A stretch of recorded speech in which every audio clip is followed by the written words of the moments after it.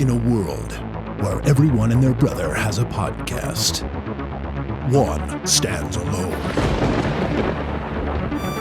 It's been called one of the podcasts of all time. Welcome to Internet Killed the Video Store.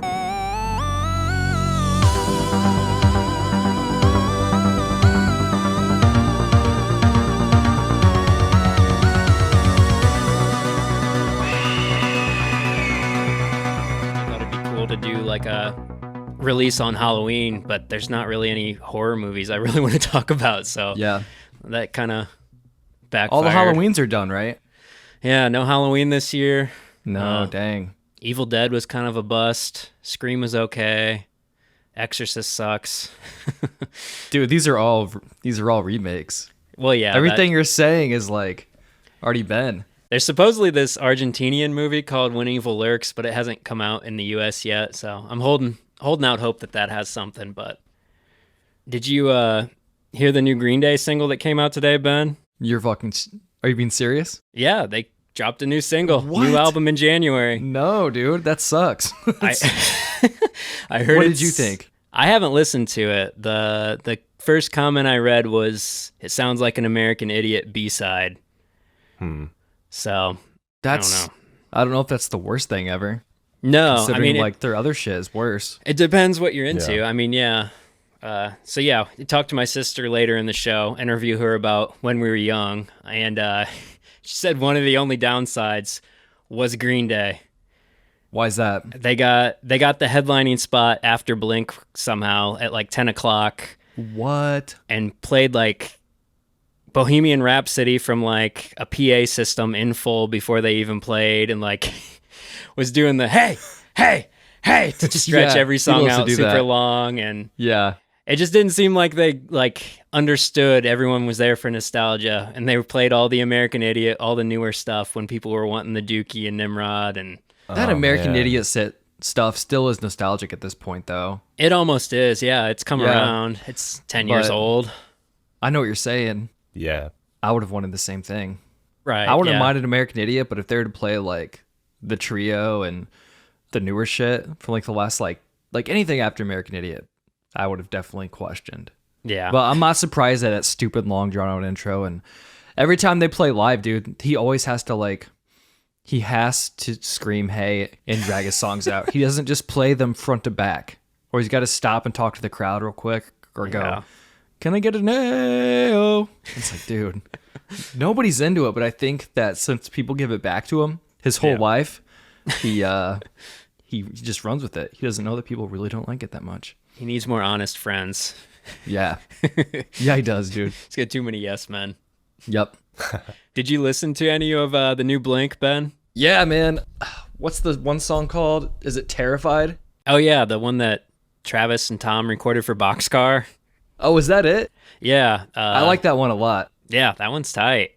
There's a lot on there I liked. I was really ready to hate this thing, especially after I heard Edging. Like, that track was terrible, but... See, Edging grew on me. I don't like One More Time. I think that song sucks. It gets me in my feels. I'm just like, oh, they're just disconnected friends. I don't know. There's something about it. Maybe it's too soft for me. I think I like Turn This Off. Yeah. It was pretty good. Fuckface. A couple others, but like wasn't super... Is it Dance With Me? Yeah, that was the other single. I didn't really like that one either. Yeah, I don't like that one. The first like 3 tracks are just like, oh, this is a lot of auto-tune. I don't know how I feel about this. And then once you hit Terrified, it's like, oh shit, there's my light of hope at the end of the tunnel. Yep. After I heard you said you didn't mind it, I had to go through it today and was like, I gave myself a good sample size. I think I gave myself 5 songs, which I feel like is decent.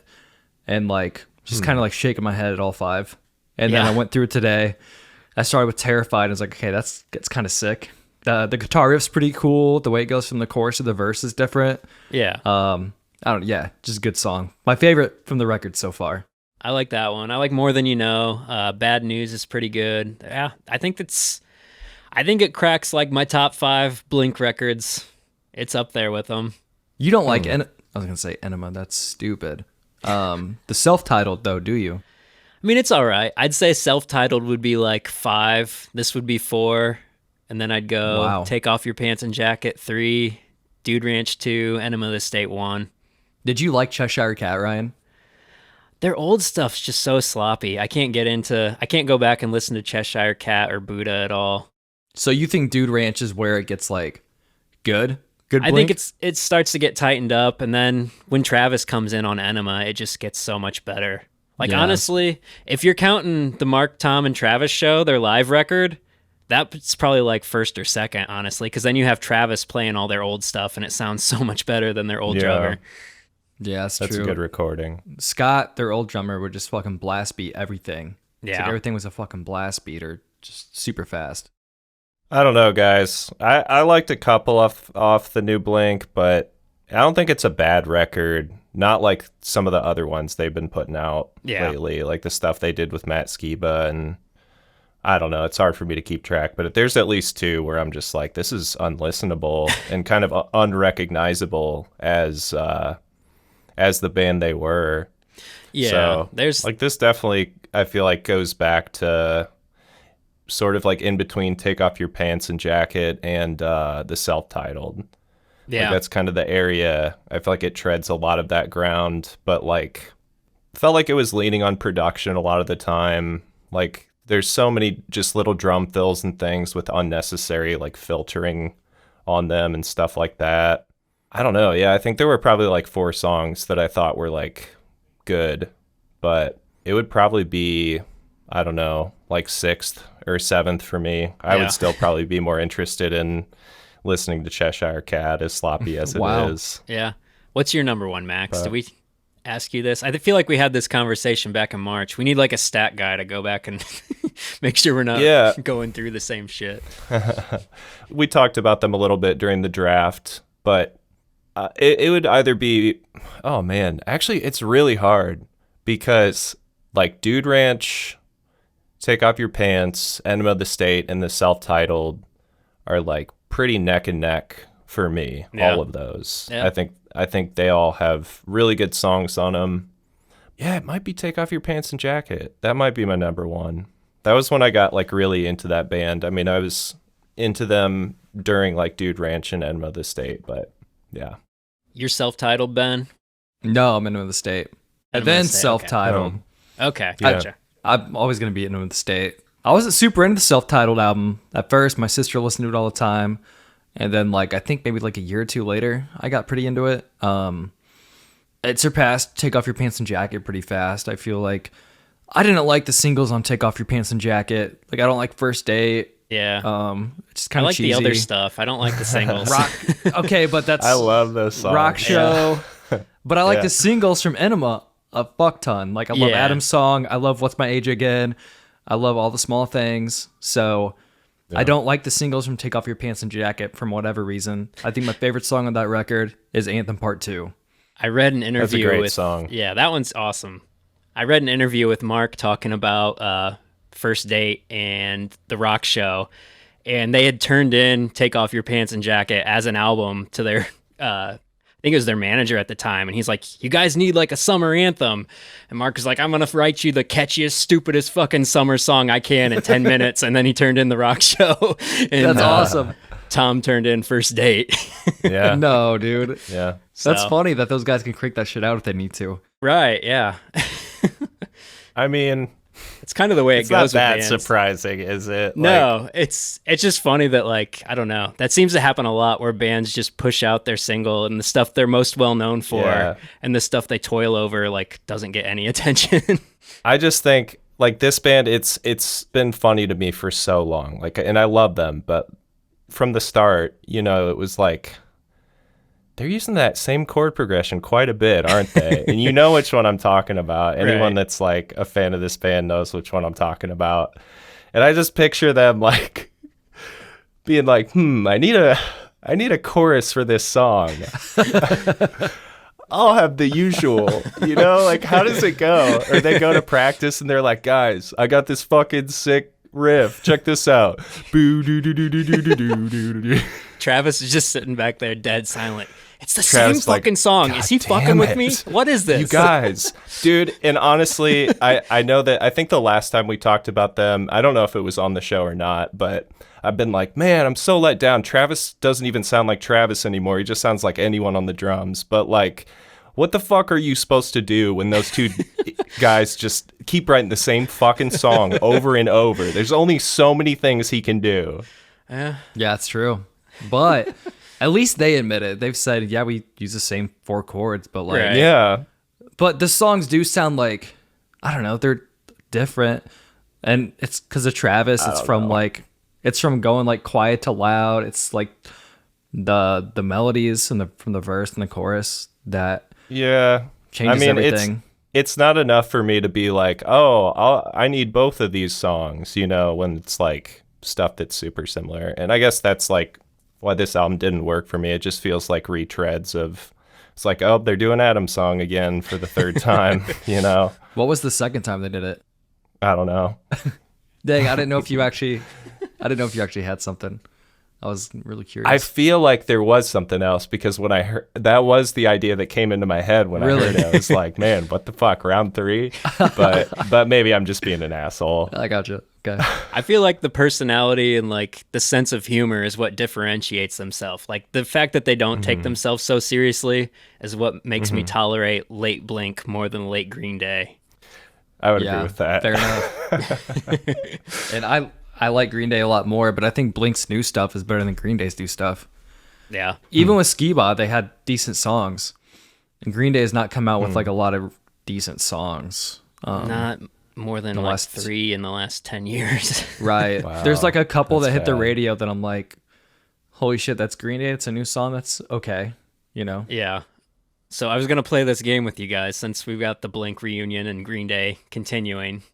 So I was going to list some bands that have been dormant for a while, and we're going to decide whether you'd rather hear them put out a new album of new material, just do like a reunion anniversary tour where they're only playing old songs, or just stay on hiatus, don't come back at all. Okay, so All right, let's do it. I was going to list Green Day, but then they announced that new album today, so that fucks that. Still do Green Day. Still do Green Day. Still do Green Day. Okay. Well, yeah, we'll start with Green Day then. What do you want to... Album. Because they Album? could surprise me. You They want a could new album surprise still? me. You just I said they've want a done a good decade album. of shit. They have, but there's a chance they could come out with like a cool song or something. I think it's worth it for all the other people that do like the new shit. So one good song is worth it for me to like get my hopes up, I guess. Ah, man, I'm going to have to go hiatus on this one, you Ooh. guys. Hiatus. Ooh. I want a reunion tour. No tour? I've been begging for Well- the Dookie anniversary tour for years. Yeah, me too. Well, hang on, but Ben just gave his whole spiel about how annoying Billy Joel is at his shows now. So I don't know if I want to sit through that just to hear some Dookie. Oh, Yeah. man, but like, yeah, I can't And really I don't back think that they're up. going to surprise us with a new record. So hiatus, there it is. Sorry, Ben. All good, man. All good. Ryan, what's your vote? I want the reunion tour. Oh, Whether right, it's you said that, Nimrod, sorry. Dookie, yeah. I need. I'll take a warning Don't fucking anniversary say tour. it, no. You don't like That's the one warning? I like Warning, but that's the one Warning's we're gonna get. tight. It I is like tight. Warning. It's Yeah. cool. I don't hate it at all, but like out of all the albums, I would definitely rather get like It's just- Dookie, Nimrod. Yeah, I mean, it's an odd one out, but They've never done like an album reunion tour. And if these motherfuckers were to come out and be like, we're doing Warning anniversary tour, I would fucking lose my shit because me and Ryan have been being like, oh, Riot Fest could do a Dookie thing this year. They could do a Nimrod thing this year. It never fucking Right. happens. So Watch yeah, that. I'd be pissed. They're gonna do a fucking American Idiot. That's gonna be the one. Would not care about that one. Would not care as in apathetic or like you'd be excited. I'd be excited. Like I wouldn't care. Like I wouldn't be mad about it. sure. I liked American Idiot a lot more than I think I let certain people know when I was younger because Yeah. that's when Green Day was labeled bad, but I liked it. That's the sign of a true fan is you went one album further than all your friends and then Stuck you with 'em. stopped. Yep. Okay, so that's a great segue into the next band, Alkaline Trio. Reunion tour. Reunion tour? Which album? Self-titled, but I doubt that would happen. Yeah. It's hard to find even sometimes to play. Yeah, 'cause so they re-recorded a bunch of that for God Damn It, so... yeah. So I guess God damn it, but Okay. if I could, it'd be self-titled. Yeah. Max? Yeah, I'd agree with that. That's a good pick. Yeah, I think I'd go reunion or anniversary tour. I don't need to hear anything new. No. Dillinger 4. Reunion tour. And What album? Civil War. Wow, really? I love Civil War. You like Versus God better? That's the GOAT, man. I love Versus God. I mean, Versus God is super good, but don't they step their production up in Civil War a little bit? Probably. I don't know. Maybe it's just the most recent one. It's a little more polished. That was their last record, though, 2008. It's been a minute. Yeah. Like, Contemplate This on the Tree of Woe is a super tight song Yeah. on that record. No, I don't know, that like it. Yeah. You do? Okay. All right, Max. I never listened to this band. I was Really? never So into good. them. Yeah. So good. So good. I don't know them at all. I mean, I know the name, but it didn't come up on my scopes very often. I'll have to check it out. I'm going to go new record. New record. Sick. Yeah, I'm going to go new record. They've only put out 4 albums in like 25 years of being a band. They're probably actually one of my favorite duo vocalists, like in a punk band. Yeah. Like, you got Blink, you've got Trio, and I don't know, D4 does a really good job at it. Like, 2 very different voices. That's cool. Yeah, I love when bands do that. They balance each other out really well. Super Sure. well. All right, let's go down the list. Bane. Oh. Never listened, I can't say. Okay, But, Max. I want it all. You want it all? You I want want a a new reunion? album. I want a reunion tour. Yep. Man, if I have to pick, I think I would go reunion because I only got to see Bane one time and it was great. Like one of the best shows I've ever seen. And I mean, I liked the later stuff they were putting out. I actually think that I loved that EP they did towards the end of their career. And then I think they put out another album after that, and I was like, okay, this is pretty good. Like, this is a goodbye album. But yeah, Bane shows are great. I would take a Bane show. What about you, Ryan? Yeah, I'd probably go reunion. I don't know that new Bane would be something I'd want to hear. Did you jump off on them at a certain point, or No, were you not following them too closely? I think I was late to them because I was like real into ska in high school. I was like, I don't want to listen to anything that screams. And then I got into Horse the Band, and that was like my gateway drug into metal. Right. And I got into Bane like as they were in the twilight years, so I never got to see them. I know they did a reunion show this year earlier. Did they? Yeah, Cool. so. All right, let's go System of a Down. Max is just chuckling. Is that your answer? New album? You want a new album, Ben? Yeah, new album. New album? Okay.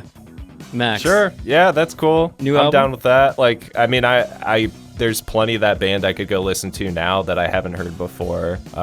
You know, I never like got into them. I just Okay. heard those songs that everyone knows, which are good, you know? Like I thought they were kind of goofy to begin with, but like pretty quickly I think a lot of us realized like, no, it's not, you don't hate on this band, like they're cool. Yeah. Yeah, I'd go new album. I think they only put out 4 or 5 records in their time too. What was their time? How long were they a band? Like It was just like 2002? They were the biggest band in the world for like 6 months. And they put out 5 albums. Yeah, they put out 5 records from 1998 to 2005. Okay. So right in the middle there, 2002. Wonder what they're doing now. You know? Apparently they tried to make a record together and they just disagreed and they didn't like each other's stuff. That was a few years sucks. ago. Maybe COVID's brought them together. They'll come out with something new. Let's go Fugazi. Probably reunion tour. That's too long of a gap to make a new album, I think. Yeah. I don't think anyone would be happy. There are different points to their lives, like the inspiration's not the same. I feel like you'd get something completely different, but if you want to go for that, like, good for you. But I'd actually be interested to hear them go for something different. Yeah. I don't have a lot like invested in that band. Like I like Fugazi, but I was never super into them. But yeah, like I'm always interested to hear people try new stuff. So usually, I respect them enough to be like, oh yeah, wonder what that would be like. I think I'd go reunion. He's got enough other stuff. I think if he tried something too different, I don't know. It probably would turn out very different. Yeah. Do you have a favorite or an album you would want to see? Probably Repeater. That's the one I listen to most. I think if they did a Repeater anniversary tour, that'd be tight. Operation Ivy. Reunion tour. Reunion tour? Yeah, new music probably is not for them. No. They need to headline a festival and just be done. Yep. I agree. Rage Against the Machine. What was the third option? Hiatus. Hiatus. You just want them to be done? I don't like Rage. I'm surprised. You're such the like radio rock guy. I feel like Rage. The voice, dude. Really? Yeah, I can't stand his voice. I love his voice. He's like one of my favorite cool. modern frontman. Dang. I get it. I mean, it's super different and it's intense and aggressive, but it's not for me. I've tried too. I've tried. I think a reunion tour would be cool. Yeah. I think people would pop off for that. It'd be fun. Those shows would be good. I think I'd go new album. I want to hear what old Zach De La Rocha's up to. I've heard enough Audio Slave. I want to hear Rage again. But, I mean, you're going to be getting a good dose of Audio Slave with your new Rage, right? Maybe. Yeah, that's probably why they're split up. What's his name? Yeah. Tom Morello wants to jam out and Zach wants to rage. Yeah. Doesn't Tom Morello play with like Bruce Springsteen now or something? I don't know. He does a lot of weird stuff. I think he was playing with Public Enemy for a minute too. Okay. All right. Oh, I was going to ask Converge. Max, do you want them to just drift into the ether, put out some more new music, or start playing the greatest hits? I didn't think we were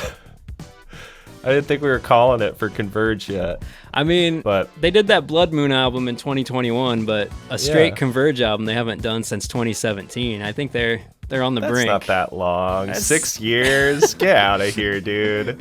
All right. Quit trying to put nails in Converge's coffin. I'm not. I'm just saying, would you like them to, New album. New yeah, album, I want one. Yeah, I'd say new album too. Okay. I did go and watch Killers of the Flower Moon, that whole 3.5-hour marathon. Man. Was it awesome, dude? I don't want to say too much because you guys haven't seen it, but Scorsese's one of my favorites, so I had to go see it because I've only gotten to see 2 or 3 of his movies in theaters. Would you go again? I don't know. I don't know that I'd go see many movies more than once in theaters. I think I only did that with The Dark Knight, and I don't know if I had a choice. I think I went to 2 different birthday parties where we went and saw the re-release of A New Hope when Star Wars did that in the 90s. Yeah. Oh, okay. Sure. Okay. But yeah, a frequent occurrence. I don't know if I'd go back for Killers of the Flower Moon, especially because it's 3.5 hours and it's an Apple movie, so I'm assuming it's going to hit streaming pretty soon. In a week. Yeah. Yeah. I mean, damn. But yeah. I hope not. I mean, I hope it's just in theaters for longer. But yeah, I really want to see it. Yeah. I don't know. I was curious too to ask you guys this because Scorsese's probably on my medal stand of top 3 directors. I'll go watch pretty much anything he does. I know Ben's got Christopher Nolan. I don't know who your dude is, Max. Who's your directors? If you've got bronze, silver, gold of filmmakers you're willing to see their stuff. Well, Denis Villeneuve definitely comes to mind. Yeah. That's my guy right now and has been for a while. And I've liked everything he's done. Yeah. So that's pretty cool. And that's a newer, Yeah. I've got my classics too. I mean, Spielberg, not anymore, but there's a long stretch there where, I still like all those movies. I still think he just had such an incredible run, or several incredible runs, but yeah, it's hard not to include him. I think if you're talking all time, it's Scorsese and Spielberg, and then who's the third guy?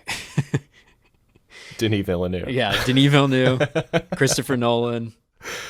Yeah, Christopher Nolan's up there too. Paul He's Thomas great. Anderson, for me anyways. I don't know if you guys, but yeah, I don't know. It's weird, especially because for Killers of the Flower Moon, it seems like it might be his last movie, so I felt kind of compelled to go see that.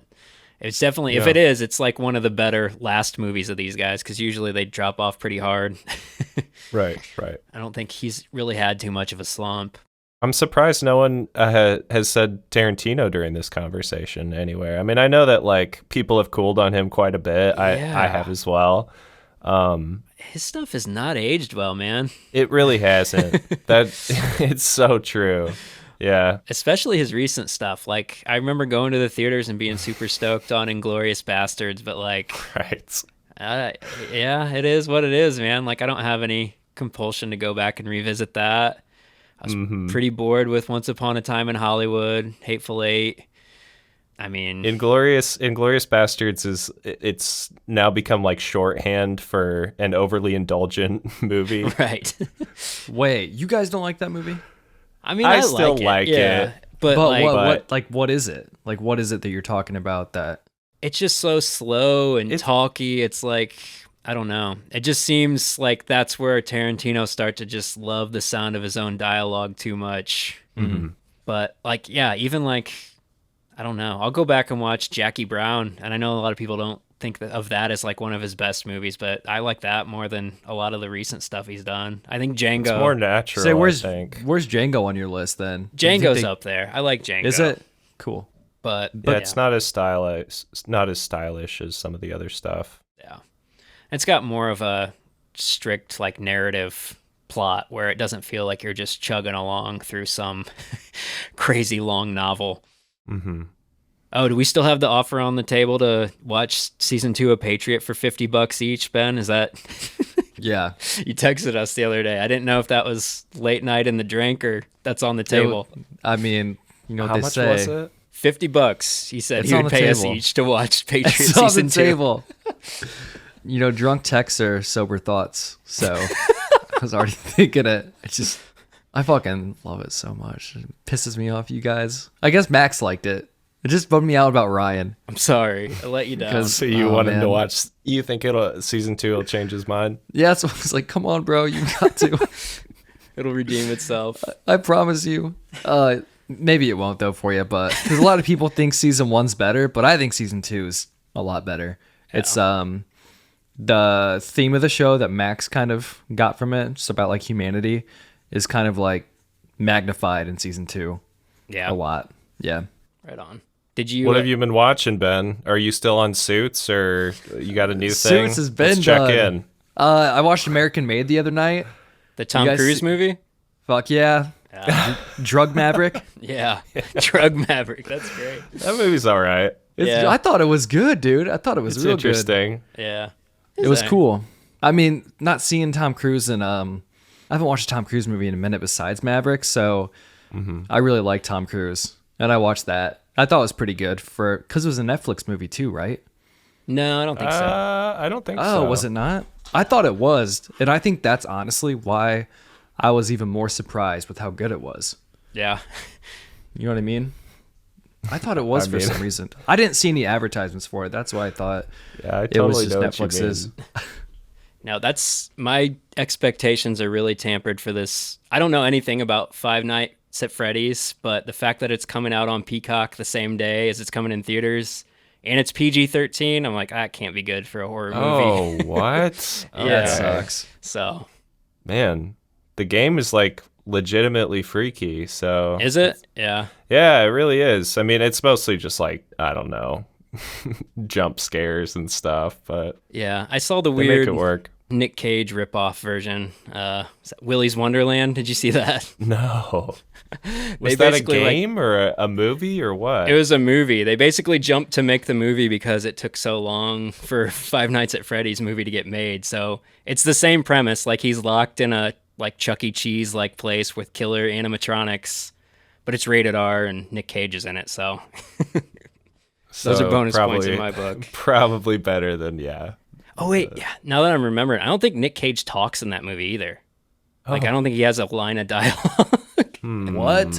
Yeah. I don't know if they got him on a discount that way or what. Got him on a discount? You think so? I mean, you do have to Maybe. pay actors a lot more when they talk, but that's usually because if you don't talk, you're in like a very small role, and that's Yeah. kind of like a threshold from what I understand.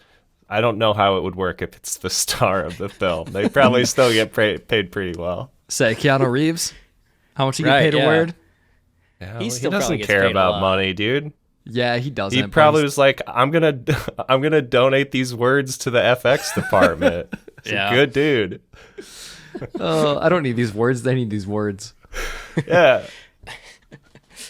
Did you plow the whole way through Fall of the House of Usher, Max? Yes, I watched did. that, guys. You guys watched Yeah? it? What? Yeah, dude. I watched it. Haley started Ben watching watched it. the thing. 2 things.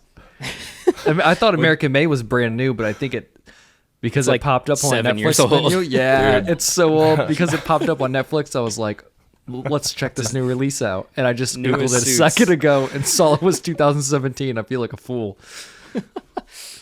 So we all watched something. We That's did. amazing. Yeah, there we go. And it was on accident.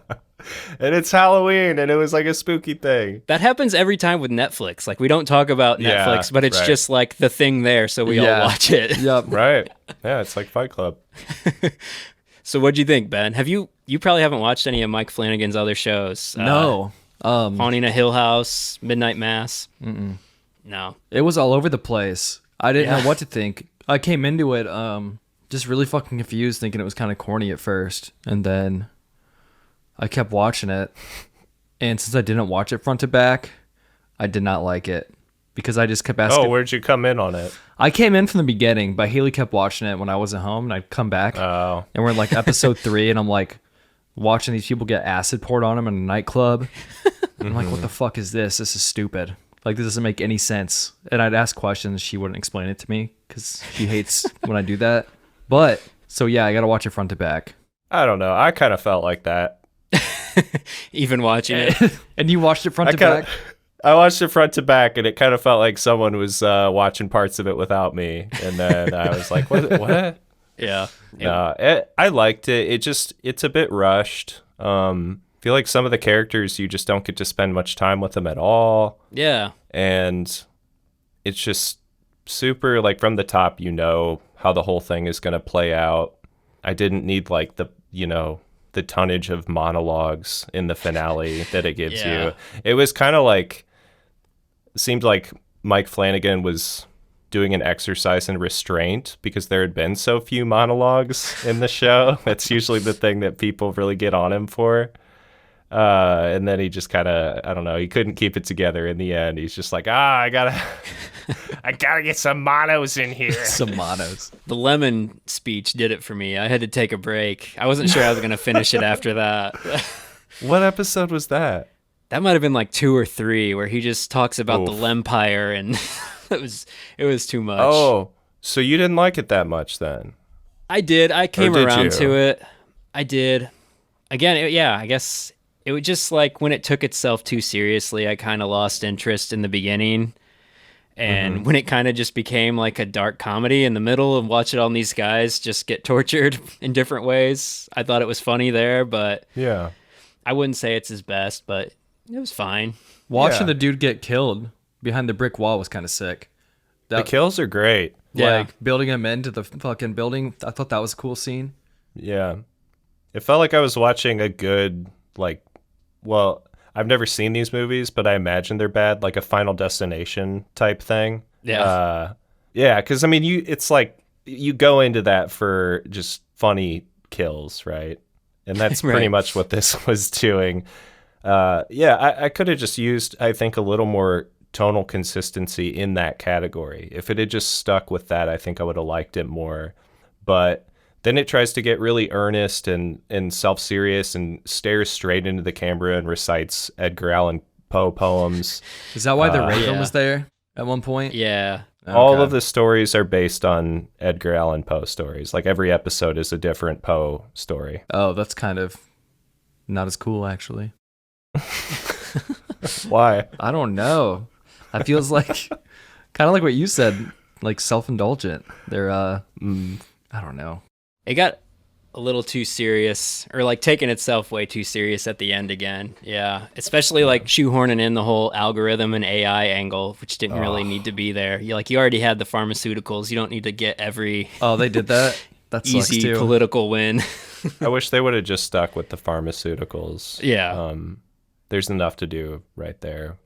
Speaking of horror, have you watched Saw 5 yet, Ryan? Saw 10? Shit, that's a X means 10. Yeah. I forgot, dude. I don't do Roman numerals all the fucking time, so. Did you think Fast X was the 5th one? I don't know. I thought they did way more of these. Right. I did think for a second, I was like, 5, huh? That seems, I feel like they had that a while ago, Is but this a prequel? I'm staring at it. It's gotta be real. But anyway, Saw 10. No, I've only seen the first 3 Saws and then like the one that Chris Rock did because it's not Yeah.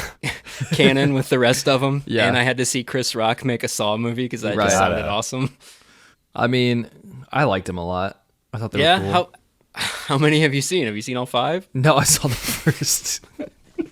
I saw the first 3, and then I fell off after that. But Yeah, that's... it's definitely more thriller. Like, number 1 is more of a thriller when that guy wakes up and, like, shuts the door on him. It's kind of a mind fuck more than horror. Oh, yeah. Pretty cool. It's a classic thriller at this point. For sure. Yeah. I liked when they were more mystery oriented, and then, like, the deeper you got into 2, 3, and 4, it was just about the gross torture stuff, and I was like, I don't really care about this stuff. Yeah. Right. But yeah, do you watch Only Murders in the Building, Ben? That was Selena Gomez. Yeah. I did watch it with Haley, and the main guy in it, I just can't take him. Martin Short? Oh, yeah. I can't. He's way too fucking cheesy for me. Which season did you watch? First one. First one? Yeah. See, Yeah. I thought the same thing. Like, if you're asking me of those 3 leads who my favorite dude is, it's Steve Martin, like, hands down. Yeah. But this 3rd season that just came out, I think I realized he's my least favorite character on the show. Oh, really? And the fact that he kind of stepped back and it was more about Martin Short this season, I really like that. I think this might be like my favorite season of the show. I didn't know you were watching it, Ryan. You like Yeah, him? it's good. Season 1 and 2? I like season 1. Season 2 fell off a little bit for me, but this 3rd season I think was just as good, if not better, than the first. Oh, dang. Okay. That's awesome. That is I awesome. liked it a lot. I'm glad you liked it. I need to start watching some more comedy shows because I realized between Righteous Gemstones and Only Murders in the Buildings, those are like my 2 favorite seasons of TV this year. So Yeah. I think I'm just desperate for comedy. Yeah. Yeah, I could use some more good comedy. When's the new Stranger Things coming out? Gosh, That's I not don't know, funny. man. That's a while. Is it like why do It's some of gonna these get shows delayed. take so fucking long? Like The Boys. Like a lot of other things come out year after year, like year over year, right? That's supposed to be what's normal. Yeah, I don't No, know. I mean, it just depends No? on the show. With Stranger mean- Things, I think they learned to take their time because that 2nd season sucked and they rushed that out like a year later. Okay. I guess the way of scheduling seasons, I just think the old TV way. Like you have a season of Friends, 2, 3, 4. Like it's on a cycle. You know what I mean? Yeah, Yeah. but Friends didn't have like VFX going on. I'm Yeah. aware of that, dude. The quality's amped up quite a bit. Yeah. Not just that, but the time it takes to do that stuff Yeah. plays into the whole thing. So, Gotcha. yeah. So you think it's That's going to be why- a minute? With Stranger Things, it's going to get wrapped up in the whole strike stuff and it's going to get delayed. Fuck. I bet. Yeah, I saw Mission Impossible Dead Reckoning is already pushed back to 2025, which Yeah. Oh my God. It's going to be another drought. sucks. Just like the when was that? Was that like going into COVID or like a year into COVID or Oh yeah, yeah. whatever when everything started getting off schedule or whatever? Yeah, with the actors, it sounds like they're drawing a hard line in the sand. Like we wanna actually see how many subscribers you have, since that's what you guys are basing your evaluation on as a company. We want to get paid per subscriber instead of per stream, which Oh my God. is a How is hard that even negotiating possible? tactic. Yeah, and kind of like Max, you were saying when we talked about this earlier, like almost sets them up to devalue their industry if Netflix comes out Yeah. and is like, yeah, actually, we don't have this many subscribers. Their Right. evaluation falls down. They can't afford to pay $100 million an episode for Stranger Things anymore. So That would be have- so oh my God. wild if all the actors just ended up shooting the entire industry in the foot right. Well, I've heard people like, by getting Netflix to release their numbers. yeah, I don't know. I mean, I can't blame them for wanting compensation though. But yeah, I am curious about the other side of it. And I'm not saying that's like a good reason for anyone to be withholding that information. It's just like, I don't know. I'm suspicious that there's just like way more to this than just people needing to get paid fair wages. I feel like the whole industry is probably maybe secretly, not so secretly, a little fucked. Yeah, I think the decline is much more sharp than they want to let on. As far as, like we said, video game sales have outpaced movies for quite some time. I think just people have so many different ways to divert their attention. There isn't like a monoculture of everybody going out to see the one big movie anymore. It's spread out everywhere. Well, and again, with something like COVID, I don't know if they're ever going to have as many subscribers as they had during that time. And that, like, you can't tell shareholders that at this point from what I understand. So it's just like, why didn't you make more money this year? Well, because we didn't have a pandemic where people literally had to be inside their homes, didn't have shit to do. And so they subscribed to all these stupid services. Now people can go outside again and they're unsubscribing from that stuff. Like, how are you gonna see that growth again or cause that to happen? The shareholders probably do know, but like the moment that shit gets out there, it devalues their shares.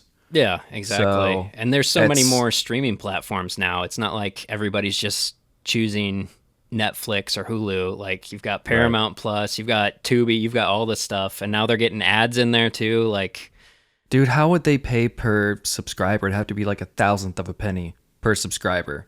Like, how many actors do you think that have appeared on Netflix? You know, and like, how much is each one's compensation? That's so fucked. But it creates a lot of jobs for like accountants. That'd be a lot of accounting jobs, dude, for sure. Yeah. But I mean, we saw Biff Whiff's royalty checks. They're doing it with traditional TV. They just never adapted it for streaming. Yeah, true. And even some of them are pretty relatively low, right? Like, you said you'd have like 30-cent checks and shit like that. Yeah, well, that's, it's kind of goes back to that whole lawsuit that Scarlett Johansson had way back with Black Widow of like, hey, when you guys drew up my contract, it was based on number of ticket sales, and now you're only releasing this movie on streaming. There's no metrics that you're releasing for me to have performance-based incentives in my contract anymore. So, did she win that? I don't know. That was like 3 years ago. I never heard anything about it after that. That'll be for our research department coming season 4. But yeah, I mean, it's also like, it's one thing to see it in like movies and TV, the entertainment industry on that side, where you at least have unions to stick up for it. But like on music, it's a free for all. And I know Max and I were talking about it offline with Bandcamp being sold after just being sold 18 months ago. It seems like that company's about to be gutted, and it was one of the most pure, straight to the artist ways to give them your money that you could. And it sucks to see that probably getting gutted here shortly as they cut off, half of their staff? Yeah, 50% of the staff is gone now. Who bought it? And Song Trader. It's some kind of music marketing company. But, I mean, yeah, I listen to most of my music on Bandcamp if I can. I know. It's just because you can listen to the full album, no ads, straight through. But, I mean, also, Bandcamp doesn't give them anything if you just listen to the album and don't buy it. So there is room for improvement there. I understand that it's not probably tenable based on the volume of stuff they're putting out, but I don't know. It makes me nervous that, Yeah, the last good, like, for the artist, I mean, one of the last for the artist services, or like one that's a little more in their corner at least. Like, it sucks to see that get chopped in half. I mean, I can't imagine it. The statements that the company absorbing them has released is like, stuff is not going to change. Bandcamp, we're still committed to giving you all the stuff you love about Bandcamp. It's like, how are you going to do that with half the people? Yeah, I don't know. That's it sucks because it's like one of the straightest, like, no middlemen gateways right to artists to get money off their stuff. So to have that potentially in peril sucks. Yeah, I don't think I had to pay anything to put my music on there. No, you know, there's no and all the other middleman. ones. Yeah, it's really nice. And they don't try to like bullshit you and be like, "Oh, if you upgrade, then I'll show you how many people are listening to your song or whatever." It's just it's all right there. Yeah, it's Yeah. very No, I was artist friendly. Yeah, I hope that people that got laid off can figure something out, and I hope that Bandcamp doesn't, I don't know. It would be a miracle if it doesn't start to suck, but you know.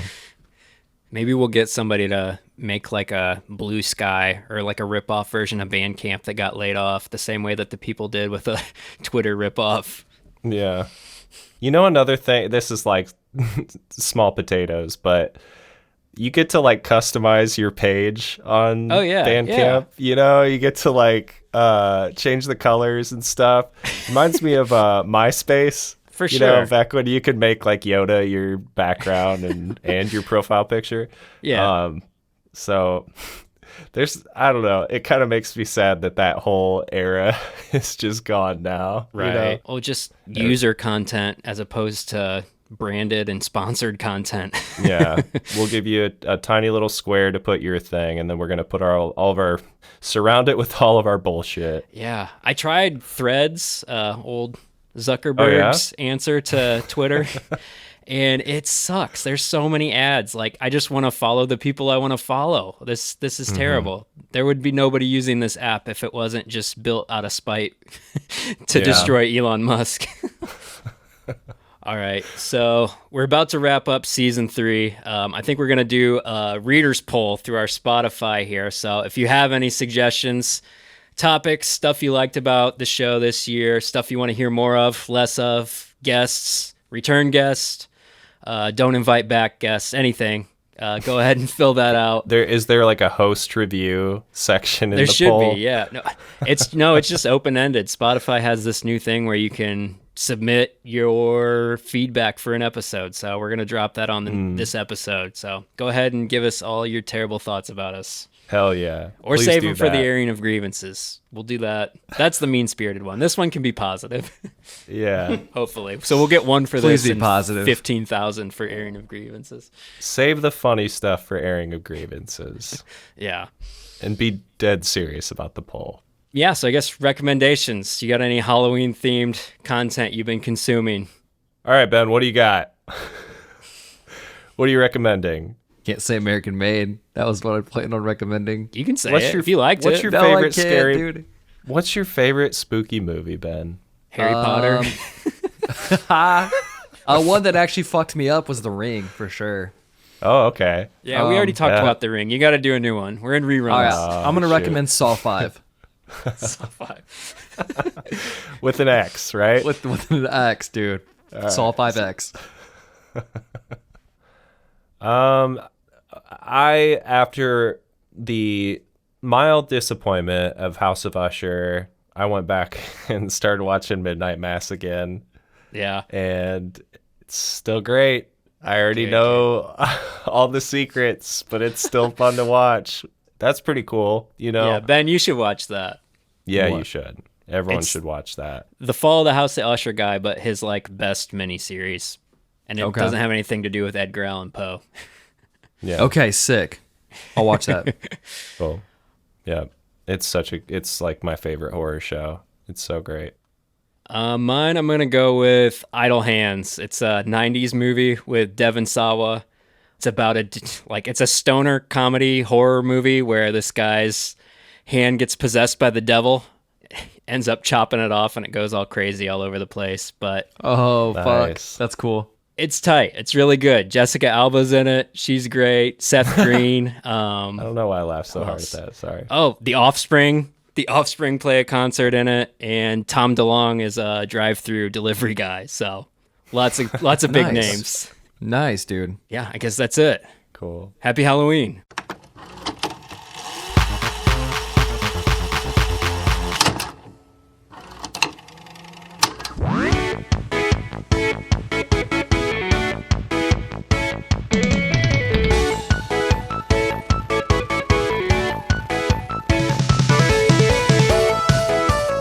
All right, so back on the show, we have my sister Tori to tell us about her firsthand experience at When We Were Young Fest this past weekend. Basically, before we get into any of the bands, I wanted to ask you, because you go to a lot of concerts, a lot of festivals more specifically. Everybody was really skeptical of When We Were Young when it was announced. Like, it seemed too good to be true to pack 40 bands into like one 13-hour day. So how did things go like from a festival standpoint? Was it well organized? Did everything go smooth? Yeah, I feel like it did a lot of things better than any festival I've been to, but Really? well, okay, so first of all, I don't know why everyone that does a major festival has to do it in 90-degree weather. Like, no one's ever thought of doing a like fall festival in somewhere that actually gets fall, where it's nice and cool. It's always 90 degrees or hotter. So Vegas in October, I thought it would be like in the 70s, maybe. For some reason, I thought like the desert would get cool. And it does get cooler, but not really. So Not it was yet. like, yeah, our Uber driver was like, so glad it cooled off for you guys. And it was 95 degrees. So it was still pretty tough in that way. But as far as the setup goes, the short sets really works for a festival like this, where it's a bunch of bands that aren't so famous anymore. You know, they don't have new stuff. Like, we've Right. all heard most of their songs before. So if you had like, I don't know, like Taylor Swift out there, obviously she can't do a 30-minute set. But if you have a band that hasn't put out a new album in 20 years, they can probably do a 30-minute set. Right. So I think that does work for them in their favor. The tough part is the overlap that happens. Yeah. Like, I'm used to going to a festival and having at least one letdown that I have to miss because there's an overlap. But this one was pretty intense how many you had to miss, because it is rapid fire, which is Yeah. constant. And I've never seen anything like that either, where it's literally 5 minutes between sets. Like, barely time to have like a recap with your friends about what you just saw before someone else is out there. But that being said, that was really impressive as well, because I go to Bonnaroo every year, and it is just expected that there's going to be some sort of delay.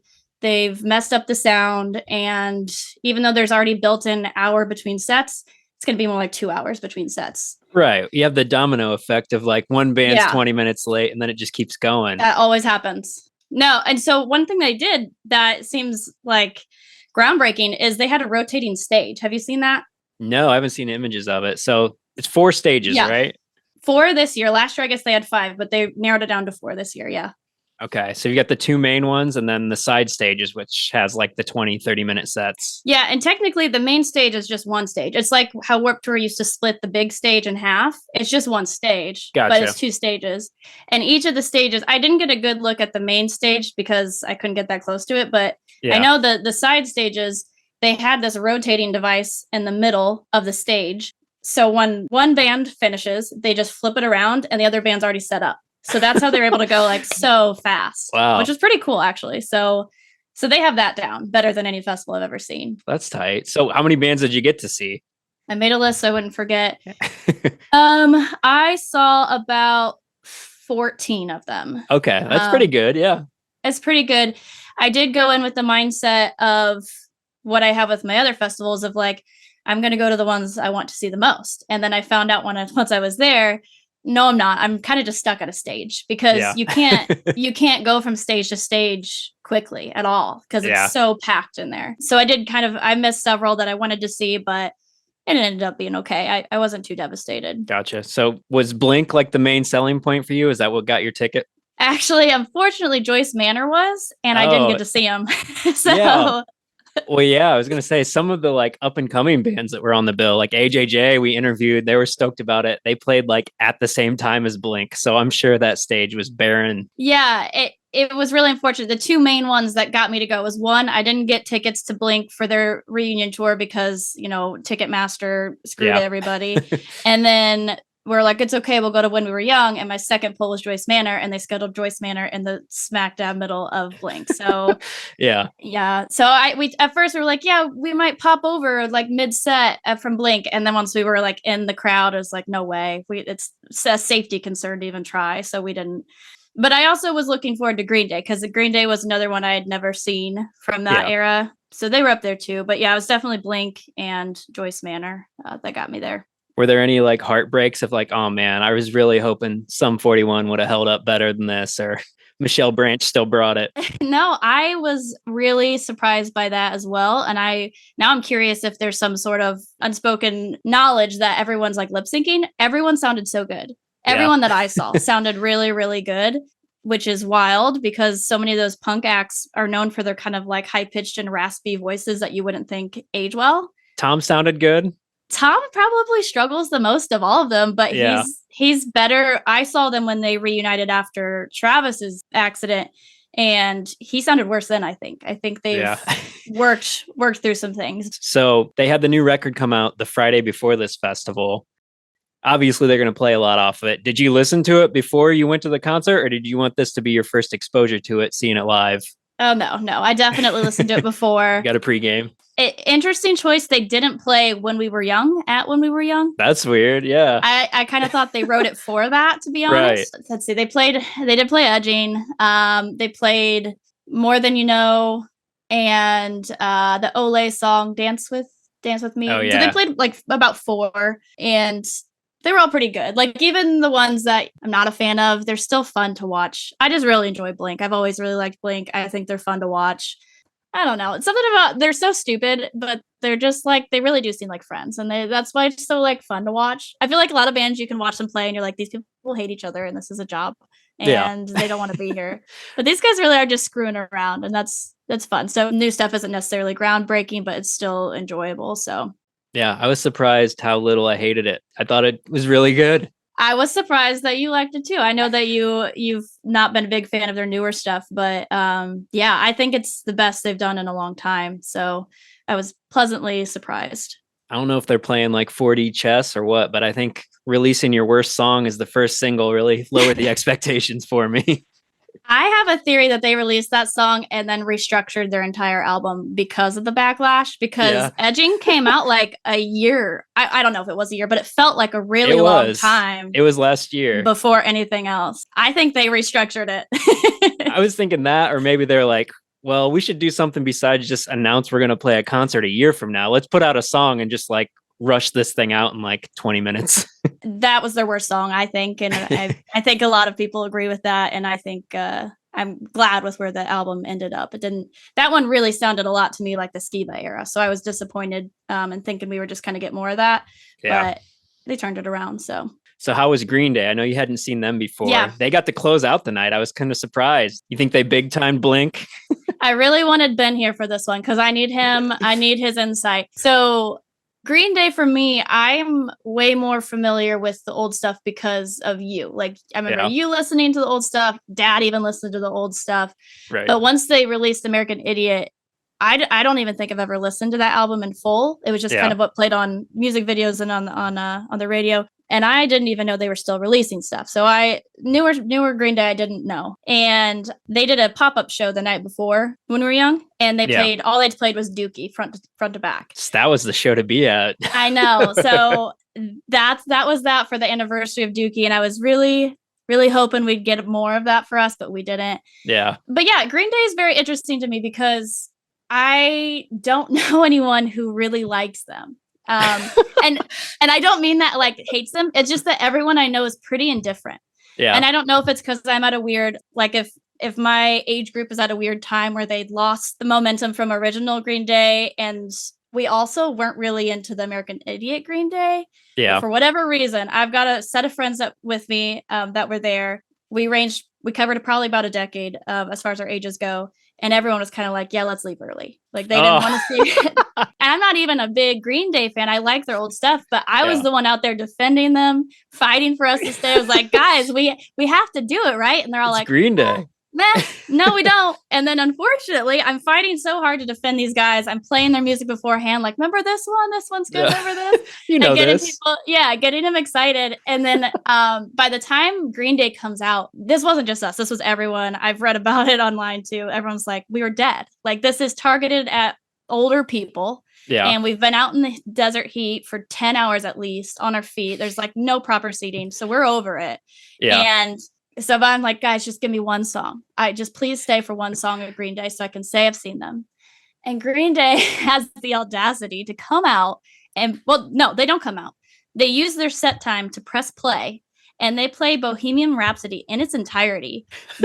Not on stage, just using their set time to play Bohemian Rhapsody. Then they play the Ramones song, in its entirety, and then they play a like sing-along mashup of I Love Rock and Roll and another song. It was like 15 minutes of pressing play. Nobody's on stage. Just an aux cord. Yeah, it was an aux cord. And that was supposed to hype the crowd up, but I thought maybe I was just being bitter, but everyone else online too was like, it was too much. Like, what a way to actually kill the vibe. Everyone's pissed. And even before they started, there was a huge rush of people leaving. So they do that, and then I'm like, all right, guys, still just give me one song, it'll be fine. And they open with American Idiot, and I was like, no, one more.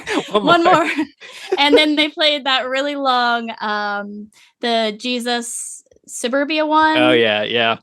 They played that one. I was like, I don't want that one either. I know that took up 15 minutes, but please give me another. And then they played Boulevard of Broken Dreams, and I was like, no. So they really made me look bad out there because they pulled that crap, and then they played a lot of American Idiot. And eventually I made the deal of like, please just brain stew. I'll just take brain stew. And we made it. We got to brain stew. It was good. But another crime they committed was Billy would extend every song, do that thing where it's like, all right, let's break it down. All right, everyone say, hey. But he would do it for every song, and we're all so tired, and we're like, no more. It's been 12 hours, Billy. I know, yeah. So it was really unfortunate because I was sticking up for them so hard. I was like, you guys are gonna love it, and then they did that to us. But they sounded fine and everything. It's just like, I wish I was at the Dookie show.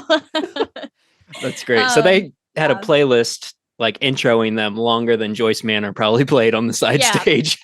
Probably. And I'm not sure why they were the main headliner. It was just interesting because the hype around Blink was so big, and it was clearly the biggest pull. Like, I'm not kidding. I saw 3 Green Day shirts the whole day, as opposed to Blink, where it was 1 in every 3 people probably had on a Blink shirt. Like, it was huge. And I don't know if that's also like because Green Day's never really had a big breakup, so it's not a big deal really that they're playing, right? Like they continuously are together. Another thing about them, what I guess I could have figured out, but again, I'm not a big Green Day fan, is they are a political band, right? Which, I mean, American Idiot, I should have put that together. But that was another thing that kind of put me off was during Holiday, he does his breakdown. He's getting us to say, hey, whatever. And then he's like, so who out there is aware there's a war going on? And I'm like, I don't know the appropriate response to that. But the girl next to me is like, woo! I was like, I don't feel like we should be wooing, Like, I mean, I get it. That's great. Like, you take your stances or whatever, but it just felt uncomfortable.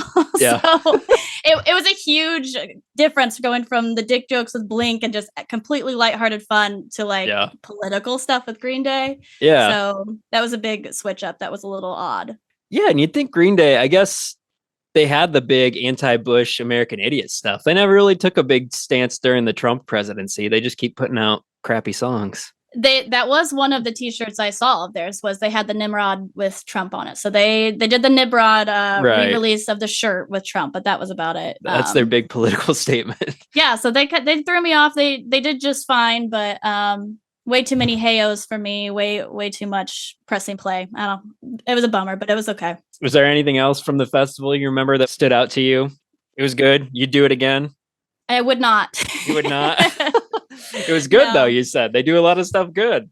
Well, they do a lot of stuff good, but it is way too hot. It's way too packed. I mean, that's the smallest venue I've ever been to, but probably the most people I've ever been with, which was crazy. Outdoors, right? Yeah, out in the heat. But they had cool stuff. Like Tony Hawk and Bucky were there skating. That was one of my highlights, is that I got to see them skate, because that just was very, very wild. It's not something I felt like I would ever do in my life, but they were skating, which was cool. And then Goldfinger they brought out Tony Hawk for Superman, and he sang it on stage. You have to. That's great. I didn't see that coming, so I thought that was really cool. I'm impressed you know who Bucky Lasek is. I feel like I earned good Big Brother points for having passed that knowledge down. Yeah, I know him from you. I feel like Tony was like, everybody loved Tony. And then if you were cool, you knew that Bucky was the better one. And you picked him when you played the game. Like, that was the thing.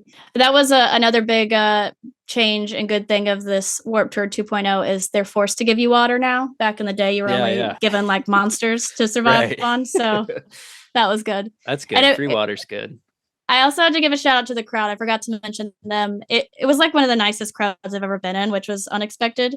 But it is a bunch of like middle-aged people. So no Yeah. one was like pushing. Everyone was really nice to each other. Like it was kind of unexpected for the music, but it was nice. A nice experience. So Calm aged punks. yeah, everyone's like, listen, we all have bad knees now. We don't need to freak out. So would recommend if you're someone who still likes music festivals and can handle a crowd in the heat, go for it. But another good thing is that almost no one was playing new music. If they had it, we weren't hearing it. So I know Sum 41 has put out new stuff. I don't know it. We didn't have to hear it. That's good. It was great. So people recognize the crowd for the most part, which is good. That's a really Green Day could use a little work on that, but everyone else did pretty good. Yeah. But I also have to say that 30 Seconds to Mars was awful. And they're my only complaint of acts that day. They had to have paid for that spot. It was ridiculous. Why did you watch them? Everyone was held against their will.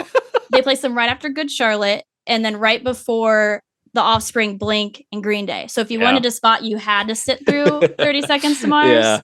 And everyone was ticked because it's like, I was like, surely I know all their songs. I just don't know what they're called or whatever. Didn't know a single one till the end. One song. And then they had crowd noise played through the speakers to sound as if we were singing along because no one was. Nobody knows no one knew their the song. words. And he was being Jared Leto, but it was the worst. And people were talking about, they put Simple Plan on a side stage during that time. And people were like, that's incorrect. Simple Plan stage, I guess, was really overpacked and it was like dangerous. And then 30 Seconds to Mars, we're all like, why are we here? But that was my only real artist complaint. Like right before that, I had said, I am blown away by everyone. And then we saw them and I was like, fucking Jared Leto showed up. Never mind. Yeah, there's so many that could have taken their spot. Bowling for Soup, Thrice, Simple Plan, Saves the Day, anybody. Joyce Manor. Put Joyce Manor over there. I wouldn't have to leave the stage. Yeah. Wow. It would have been great. Okay, so good, but never again. Good, but never again. Too old. If I can afford those $17,000 like shaded cabana VIP, I'll go. But yeah, you need the bougie seats for festivals from here on out. I really do. I was like, this is the end of my going to festivals, which is poetic because my first festival is Warped Tour. There you go. Ending it here. Yeah. Can't do it anymore. All right. So the other reason you wanted to come on was to talk horror movies. So this is going to be our Halloween episode, but I don't really have many. Have you seen many horror movies this year that you really like? No. No, I don't. I've seen them. I haven't liked them. I was actually just in the middle of watching Bacon and I paused it because I could tell you right now I'm just going to be indifferent to it. It's okay. That was the one I was going to ask you about if I'm being a grump because everybody seems to like it, but I just thought it was stupid. Megan seems like that. What the James Wan movie? I think it's the same writer. Malignant. It's giving Malignant, and it's okay to have on, but I actually didn't want to watch it at all. And then I saw that you were going to bring it up, and I was like, I guess I'll give it a shot. I'm sorry. No, I just didn't even understand the marketing. Like for a while, I was like, is it a scary movie? Yeah. I don't know what this is supposed to be. Yeah, that was okay. I would say probably Talk to Me has to be the best one I've seen, and it wasn't even that great. Like I probably wouldn't watch it again. Yeah. And then did you see No One Will Save You on Hulu? Is that the Alien movie? No. Yeah. I've not. It was okay. Yeah. I don't love alien movies, especially when they CGI them and they look kind of silly. But yeah, I haven't seen The Exorcist yet. But The Exorcist is the original is one of the scariest, still probably the most traumatizing movie I've ever seen because I saw it when I was like 10. And that's not my fault, is it? No, that's actually one that you didn't like. You didn't like it for a long time, and eventually you came back around. It was slow for teenage me, but yeah, but you liked Rosemary's Baby, and I still haven't made it through that movie. So that's pretty slow. But anyways, I feel like when you franchise a scary movie, it really reduces how scary it is because then it's just silly. It's like, why is Ellen still there helping? Like it doesn't make sense for her to be there. She's not an exorcist. She didn't do anything. So now I'm not taking this premise seriously, and this all just seems very gimmicky and dumb to me. Yeah, it didn't make sense to bring her back. Yeah. The only continuation you could do with a franchise is like if you follow an exorcist from possession to possession, but too much time has passed for that. Well, that's The Conjuring. That's true. And that's okay as well, but or the Pope's Exorcist. I've heard that's pretty interesting. I just listened to you guys talk about that actually. Yeah, I'm not watching that one. I think, I've probably watched more horror TV shows this year. I started rewatching The X-Files, and I've also am rewatching Buffy the Vampire Slayer, so I'm getting my 90s horror back. Yeah. Those are still pretty good. They hold up. I mean, they're cheesy. They're cheesy, but they hold up fairly well. Oh, also side note, that was my favorite part of watching Blink Live is they like keep cutting Tom off because he never shuts up, and he just keeps going. And then they're cutting him off and has to get in one last word and he's like, I told you fuckers I was right. And then they started playing Aliens Exist. And I was like, that was good. That was good. But anyways, have you ever seen What We Do in the Shadows? I've seen the movie. I haven't watched the show yet. Okay. No. I don't know. I mean, that's like spooky. It's not really horror, but it's right. hilarious. We did watch that in its entirety in like a week. Yeah. Would recommend that one. I think it's way better than the movie. Yeah. And then The Fall of the House of Usher. Did you make it all the way through that? I just finished it last night. What'd you think? Because I know it was funny. I was talking to you and Max both about it, and I feel like you guys are both just caught on to the Mike Flanagan formula where he was like, I'm only going to watch it if his wife doesn't have like a prominent lead role. And you were like, I'm only going to watch it if there's not a ton of monologues. And of course, there's both those things because it's a Mike Flanagan show. So, his wife isn't in it as long as I would have thought, though. That's true. And she doesn't bother me. I'm just fine with her. Monologues, unreal. And it became comical for me. There's no way that he has not received a note yet that said, reduce the monologues. They're not just a little over the top. They are ridiculous. Right. No one talks like that, like in the most poetic, long-winded, and then other people just sit there and listen to the whole thing. No way. The lemon speech is what got me. That was where I had to turn it off for a bit. I was into it. I was like, okay, I see where it's going. It's a little melodramatic. But then when he started talking about the Lempire and like posing lemons in the back of a Kardashian sex tape and turn it into a Billie Eilish song, I'm just like, did he just come up with every idea and not take any of them out? He did one even before that. And I remember being like, oh no, he's still doing it. Thoughts are just brain farts. That was a good one. I like that speech. I think for this one, it was okay. I put it above Bly Manor because it's really hard to be worse than Bly Manor, in my opinion. Yeah. But it just doesn't touch the other two. Haunting of Hill House and Midnight Mass, I think were way better. Mostly because it just wasn't anything to me. Like, it wasn't scary. Yeah. It wasn't suspenseful. They told us right off the bat who's going to die. Like, we know what's going to happen. Right. So there were no twists and turns. The Haunting of Hill House, I know you lost interest in that towards the end, and I don't think the ending is like really great, but that show is one of the last times I was really enthralled with something. Like, I got up early before work to see what happened next because I had to know. I had to get in another episode. Yeah. And this one it didn't have that pull for me at all. No, I had a similar experience watching Midnight Mass, and this I was kind of like, I'll probably finish it, but when I get to it, I get to it. Yeah, there was nothing to keep you coming back. Like, really, it was just kind of like, how's the next kid gonna die? I don't really care. None of them were that cool. Yeah. Yeah, I also started saying when I was watching it was like, how many times are they gonna say the word algorithm? It was like they didn't really know anything else about how AI works, but they're like, we should have her say algorithm a lot. Right. Yeah. That's definitely a thing. Yeah. That's like the sister's thing. Every time she's on, she's like, so I'm creating algorithms. Yeah. And at first it was for like file storage, and then somehow it becomes that she's creating a human, but it was weirdly put in there. Anyways, it was okay. It was entertaining enough to get me to watch it all, but I wouldn't recommend it to anyone, I don't think. Yeah. All right. Well, do you got any content recommendations before we get you out of here? No. No. X-Files. Wait. I do have one, maybe. So I know you always are possibly gaslighting me saying that you don't listen to Paramore, but did you know that they re-released their latest album with like a bunch of really cool bands redid their songs, like Wet Leg and Foals, and there are people that you actually like on there. Yeah. So I would recommend that you listen. If you're not going to listen to the Paramore album, listen to the one where other people redid it for them. It's pretty good. Like I'm too late. Like the Paramore train has passed me by. I can't go back and digest all of it. It's just, people are still getting on the Paramore train. No, it's come and gone. No, it's the same thing when their prime. It's the same thing with My Chemical Romance Reunited. It's like, no, I don't think I can go back and properly evaluate that. I was either there for it or I wasn't. But is My Chemical Romance releasing new music? I don't know. That's a good question. I don't think they are. See, Paramore's still going. They're still charting. They're creating new sounds. You would love it.